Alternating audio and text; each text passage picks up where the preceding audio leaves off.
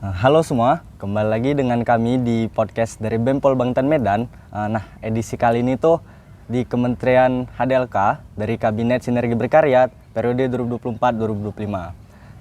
Perkenalkan, saya Muhammad Farah Munawar selaku Kabid Hubungan Luar dari Kementerian HDLK untuk periode kali ini. Untuk di podcast kali ini, kami tuh dari HDLK mengundang salah satu penerima atau pemenang ya dari beasiswa SDM Sawit tahun 2023, ada Abang Darezak. Mungkin Abang Darezak bisa memperkenalkan terlebih dahulu. Halo semuanya, perkenalkan nama saya Muhammad Alfareja, kelas saya TPTP 2C, Prodi Perkebunan, asal saya dari Kuala, Kabupaten Langkat, Sumatera Utara. Sekarang saya berada di semester 2 di kampus Polbangtan Medan sebagai salah satu kampus penerima beasiswa BPDPKS. Reja, kamu tahu beasiswa BPDPKS itu dari siapa awalnya aja? Untuk tahu dari awalnya dari teman saya, karena awal saya lulus sekolah SMA itu tahun 2022. Di situ teman seangkatan saya sudah mulai mencoba beasiswa ini. Tapi di situ saya karena kami miskomunikasi, jadi dia daftar duluan. Di situ dia lulus, didapatnya di kampus AKP Stiper di Yogyakarta. Dia di situ mendapat D1 dan itu lulusnya 1 tahun, cuman 1 tahun kuliahnya. Di sini setelah setahun berlalu 2023 saya mencari informasi dan ada salah satu tetangga saya, dia kerja di perkebunan kelapa sawit. Di situ dia memberitahu saya kan, di sini ini ada beasiswa yang langsung dari seluruh perkebunan kelapa sawit. Dananya dari seluruh kebun kelapa sawit di seluruh Indonesia. Pusatnya di Jakarta. Jadi di situ abang itu mengirimkan poster dan linknya tersedia di situ dan QR-nya juga di situ untuk masuk ke link tersebut. Di situ saya mencoba untuk cari tahu apa sih BPDPKS ini. Setelah saya tahu kan BPDPKS ini kan Badan Pengelola Dana Kelapa Sawit. Beasiswa ini itu sebagai beasiswa yang berfokus kepada sumber daya manusia yang pemilik kebun kelapa sawit atau keluarganya sebagai karyawan di perkebunan kelapa sawit. Jadi awal mulanya itu dari teman saya dan dari tetangga saya untuk kenal beasiswa ini. Awalnya dari teman, cuman dikasih tahu lagi sama tetangga gitu. Berarti kayak temennya tadi kan ada di kampus yang lain. Berarti beasiswa SDM ini, beasiswa sawit ini itu nggak terpaku di satu kampus kan? Ya. Ada di berapa kampus ya? Kalau boleh tahu aja. Kalau tahun kemarin tuh tahun 2023 itu ada 13 kampus di seluruh Indonesia. Dan Polbangtan Medan ini sebagai salah satu penerima BPDPKS dan setahu saya dan memang kenyataannya Polbangtan Medan ini sebagai perdana kali Polbangtan Medan penerima BPDPKS. Bisa dibilang saya angkatan pertama di kampus Polbangtan Medan. Dan untuk 2024 ini ditambah lagi 10 kampus, jadinya 23 kampus dan penerimaannya lebih banyak lagi. Tahun 2023 itu penerimaan mahasiswanya sebanyak 2.000 orang, sedangkan tahun ini ditambah 1.000 orang jadinya 3.000 orang. Oke. Dari BPDPKS. Kalau pemilihan prodi itu BPDPKS milih sendiri kah atau gimana sistemnya? Dan untuk pemilihan kampus itu Reja gimana awalnya? Untuk pemilihan prodi itu nanti di setiap kampus tuh disediain prodi-prodinya masing-masing. Tergantung misalnya keinginan kita mau masuk di prodi mana kan, di setiap kampus tuh disediain. Mulai dari D1, D2, D3 dan D4 dan sampai sarjana S1. Itu di berbagai banyak kampus di seluruh Indonesia. Untuk pemilihan kampus ini, untuk tahap administrasi itu pendaftaran awal, kita disuruh milih kampus nih. Misalnya kan 13 kampus atau 23 kampus. Kita disuruh milih, misalnya kampus yang paling kita suka itu kita pilihan pertama sampai pilihan akhir. Di pilihan kampus ini tidak menutup kemungkinan, misalnya kita bakalan lulus di kampus yang kita sukai di awal. Nanti untuk pemilihan kampusnya itu diacak sama pihak panitia BPDPKS. Kita sebagai misalnya lah kita pilih kampus yang kita sukai, itu tergantung mereka lagi yang menempatkan kita cocoknya di mana, bisa sesuai dengan seprovinsi kita ataupun di luar gitu. Jadi tidak menentu dia. Berarti walaupun kita pilihan pertama di kampus A misalnya, belum tentu kita diterima di kampus A gitu kan? Ya, benar sekali. Berarti tadi udah banyak yang diceritai sama Reja mengenai beasiswa sawit. Boleh nggak aja ceritai pengalaman Reja awalnya dari gimana nih? dari tahap administrasi sampai lulus di Polbangtan Medan, boleh nggak diceritain awalnya itu gimana? Untuk awalnya itu kan kita pertama tuh masukkan berkas administrasi. Nah, di dalamnya itu ada 5 jalur. Yang pertama pekebun dan keluarga karyawan perkebunan kan. Yang kedua sebagai karyawan pekebun atau pengelola perkebunan kelapa sawit maupun di PT ataupun di perkebunan swasta. Nah, yang ketiga ini sebagai karyawan pekerja atau kebun perorangan gitu kan. Ini sebagai jalur yang saya pilih pas pendaftaran BPDPKS. Nah, yang keempat ini adalah jalur kayak koperasi, lembaga atau pemimpin sebagai usaha budidaya perkebunan kelapa sawit. Ada juga dari jalur ASN. Itu jalur dia di BPDPKS ini terdapat 5 jalur. Nah, saya milih yang jalur ketiga sebagai karyawan perkebunan kelapa sawit punya perorangan kan. Jadi awal mula pendaftarannya di situ saya mencoba nih karena kan kita kan mencari peluang. Saya tanya sama teman saya, dia juga daftarnya kemarin tuh dari jalur yang ketiga ini. Karena kenapa? Karena di sini daftarnya lumayan mudah dan tidak terlalu ribet gitu kan. Jadi daftar di situ sebenarnya syarat dari 5 jalur ini semuanya hampir sama. Hanya saja terdapat perbedaan di salah satu syarat. Misalnya kita masuk di jalur perkebunan yang pertama, itu kita masukkan sebagai misalnya surat tanah kita pemilik perkebunan kelapa sawit itu, dan maksimalnya itu 4 hektar, minimalnya 2 hektar gitu. Ada minimal hektar Ada gitu. juga. Nah, yang kedua itu sebagai karyawan, misalnya keluarga orang tua kita karyawan di PT gitu kan atau perkebunan swasta. Itu kita nanti masukkan syarat ke dalam berkas itu, berkas administrasinya. Nah, untuk yang ketiga ini sebagai jalur saya kemarin tuh daftar BPDPKS tahun 2023. Di sini karena saya mencari tahu informasi kan, gimana sih cara daftar di jalur ini. Jadi saya tanya teman saya, semua syarat sudah saya penuhi kan, sudah saya lakukan pendaftaran awal atau buat akun tuh kan, terus lanjut ke masukkan berkas administrasi. Nah, di sini seperti pada umumnya masukkan kayak foto 4x6 kan, dan sebagainya, foto ijazah atau raport dari semester 1 sampai semester 3 sampai tamat, itu direkap semua dimasukkan nanti ke dalam berkas itu. Nah, di situ BPDPKS sesuai jalurnya menyediakan format terlampir atau berkas yang khusus dari orang itu. Kita mengisi sesuai data yang diminta orang itu. Seperti kemarin tuh saya mencoba mendaftar jalur dari orang tua saya sebagai pekerja karyawan perorangan. Nah, ini harus disetujui sama yang benar-benar kalau orang tua kita itu kerja sebagai di perkebunan perorangan misalnya kan, bisa juga ke PT. Itu tergantung di mana letak kerja orang tua kita. Nah, di situ kita harus buat surat pernyataan yang ditandatangani orang tua kita, pemilik perkebunan tersebut, dan misalnya kantor lurah atau kepala desanya di situ. Jadi itu bermaterai dan itu memang benar-benar wajib sebagai syarat utama untuk masuk berkas administrasi tersebut. Itu berarti tadi masukin administrasi kayak kita mau daftar kuliah biasa gitu kan. Habis administrasi apa nih, Ja? Nah, lanjutnya. Setelah kita lulus di berkas administrasi itu kan, untuk tahap selanjutnya di situ kita akan melakukan ujian. Nah, ujian ini sebagai garis besarnya banyak persyaratan yang harus dipatuhi dalam ujian ini tersebut. Karena kita nggak bisa sembarangan. Terutama yang kemarin saya pengalaman tahun kemarin 2023 kan, ujian ini menggunakan laptop dan itu wajib hidup kamera. Karena kenapa? Karena di situ sistemnya dia memantau semua gerak-gerik kita.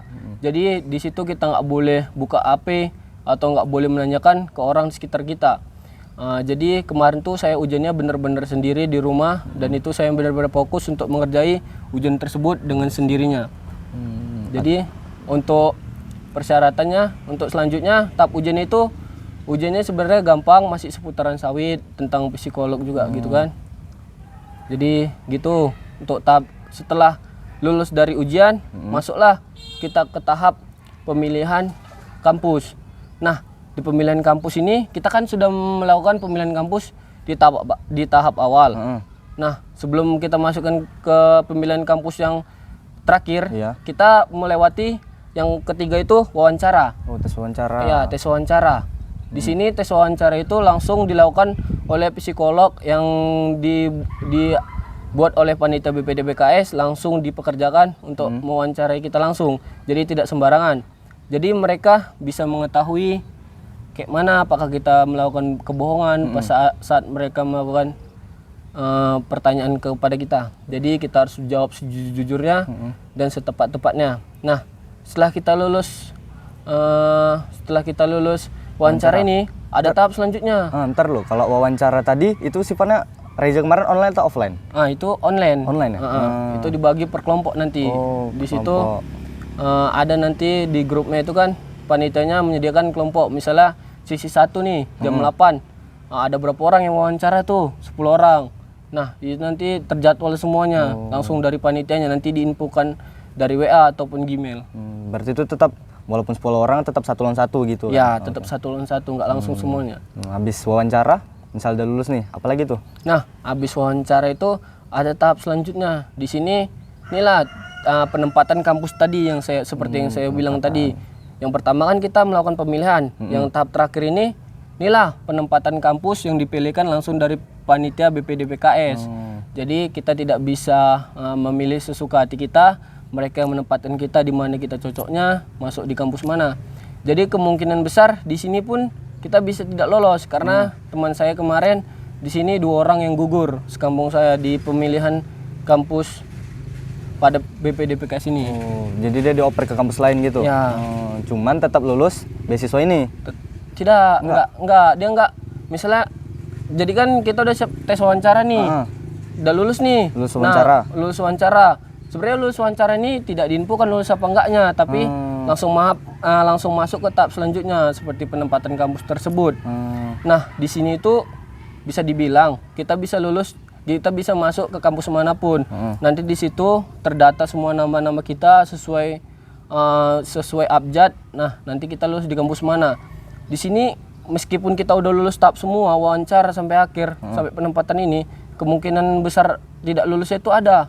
Misalnya nama kita tidak muncul di data tersebut dan nama kita benar-benar tidak ada di kampus mana lulusnya, itu sama dengan kita tidak lulus.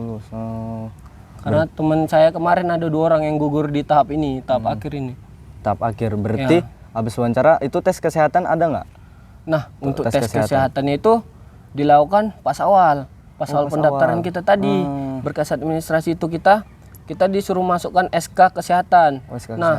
SK kesehatan ini semua misalnya berat badan kita, tinggi badan, semua diukur kan. Yang paling penting itu kita buta warna atau tidak. Inilah yang menentukan kita lulus apa enggaknya di berkas administrasi tadi.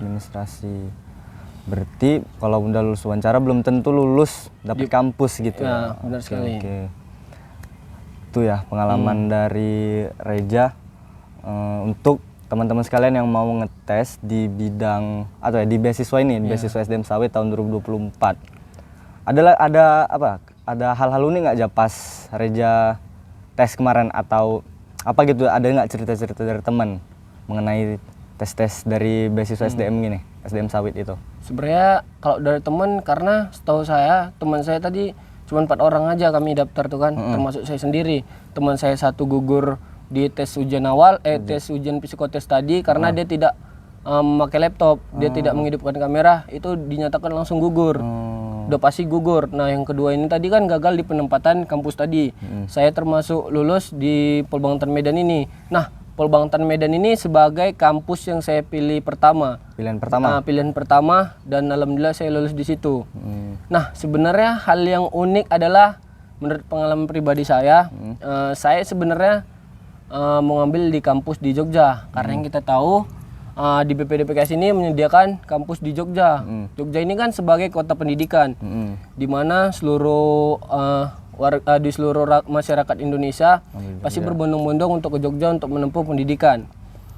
Nah, tapi ada sebagai masalah internal dari orang tua, karena saya berasal dari Sumatera Utara, orang tua saya tidak mengizinkan saya untuk berpendidikan jauh, jadi saya menuruti apa kata orang tua saya, karena kebahagiaan saya itu dari orang tua saya. Jadi untuk teman-teman yang mau mendaftar ini, jangan takut untuk melakukan pendidikan, tetap optimis untuk daftar beasiswa sawit ini, dimanapun nanti kita ditempatkan, asal kita memiliki niat untuk berpendidikan, pasti suatu saat nanti kita bakalan sukses dan sesuai apa yang kita inginkan. Oke, mungkin cukup banyak ya cerita-cerita dari Reja tadi mengenai beasiswa SDM Sawit. Mungkin saya pikir itu udah banyak lah gambaran-gambaran bagi teman-teman sekalian yang mau ngetes beasiswa SDM Sawit untuk tahun 2024 ini. Untuk informasi teman-teman bahwasannya beasiswa SDM Sawit itu tutup pendaftaran tanggal 31 Mei. Kemarin tanggal 24 kan, diperpanjang lagi sampai tanggal 31 gitu. Dan juga tadi udah dibilang juga sama Reja bahwasannya ada 5 jalur untuk mendaftar di beasiswa SDM Sawit ini. Mungkin cukup aja atas cerita pengalamannya mengenai beasiswa SDM Sawit untuk tahun sebelumnya.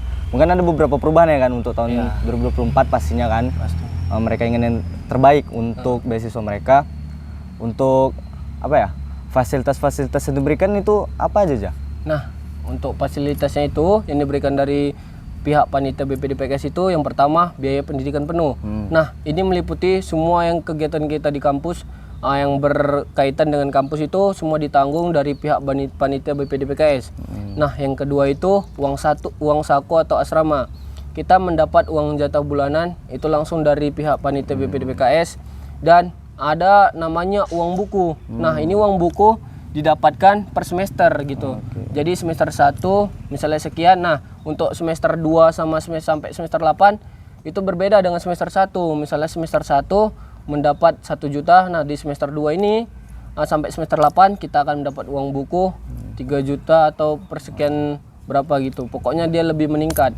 Nah, untuk yang selanjutnya fasilitasnya yaitu ongkos kita pergi nih, pulang pergi. Nah, ongkos pulang pergi ini ibarat katanya kita mendapat pendidikan di 4 nih. Misalnya saya di Sumatera Utara, saya mendapat di Jogja. Nah, ongkos ini diganti pas pertama kita pergi. Misalnya saya pergi ke Jogja, itu semua data administrasi yang sesuai dengan ada misalnya bukti transferannya atau kita membeli tiket pesawat itu kita kumpulin.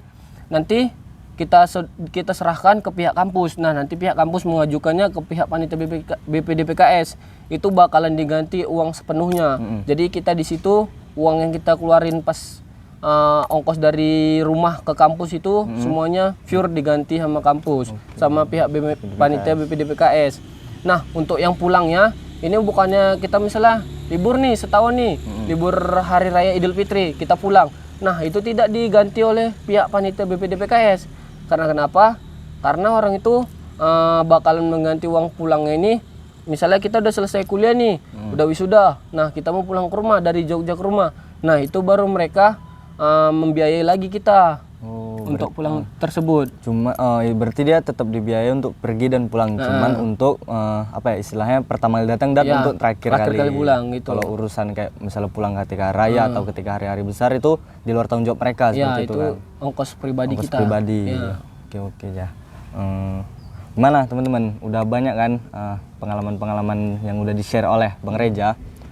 Mungkin cukup kali ya untuk pembahasan bukan pembahasan sih sebenarnya kayak cerita-cerita kan tentang beasiswa SDM Sawit ini, karena ini wah gitu. Saya lihat FYP TikTok saya kok ini terus, di Instagram pun ini terus gitu kan. Artinya kan ini bukan beasiswa yang ecek gitu ya kan. Beasiswa gede ini dari BPD PKS. Oke. Makasih aja atas pengalaman sharing-sharing kita mengenai beasiswa SDM Sawit ini. Harapannya ada nggak mau disampaikan ke teman-teman sekalian mengenai yang mau ngetes lah di beasiswa ini? Mungkin harapannya dari saya sendiri sesuai pengalaman saya. Mungkin setiap orang beda-beda ya pengalamannya. Jadi saya bisa sharing sesuai dengan yang saya alamin. Jadi sebagai gimana ya menyebutnya, sebagai teman-teman yang di luar sana yang masih mau mencoba di beasiswa BPDPKS ini, saya sarani sangat dianjurkan sekali, karena saya juga senang kalau misalnya ada orang yang nanyakan saya bagaimana bang cara daftar ini. Saya bakalan bantu sebisa saya sampai dia benar-benar lulus. Nah, untuk teman-teman di sana tetap ikutin peraturannya atau aturan yang sudah dibuat oleh pihak panitia BPDPKS. Sesuai dengan aturannya kita jalani saja. Pasti mereka memilih sumber daya manusia yang benar-benar jujur dalam artian mau menaati semua aturan yang dibuat mereka, mau bersikap jujur dalam hal apapun itu, karena mereka pengen menghasilkan SDM yang benar-benar maju gitu, yang bisa berpikir kritis, yang bisa memikirkan apa yang bakalan terjadi di masa yang akan datang. Oke. Itu ya teman-teman, kata-kata dari Bang Reza untuk teman-teman sekalian yang ingin daftar di beasiswa SDM Sawit tahun 2024. Saya rasa cukup. Terima kasih Bang Reza sebagai tamu pada podcast kali ini. Oke teman-teman, itu ingat pesan dari Bang Reza, jangan dilupain, selalu dicamkan baik-baik ya. Oke, terima kasih semua yang udah buat nonton. Saya Muhammad Farah Munawar selaku Kabid Hubungan Luar Kementerian HDLK Bempol Bangtan Medan mengucapkan terima kasih kepada para penonton yang telah menyaksikan atau mendengarkan sharing-sharing saya dengan Reza. Saya ucapkan terima kasih. Kita tutup ya. Assalamualaikum warahmatullahi wabarakatuh.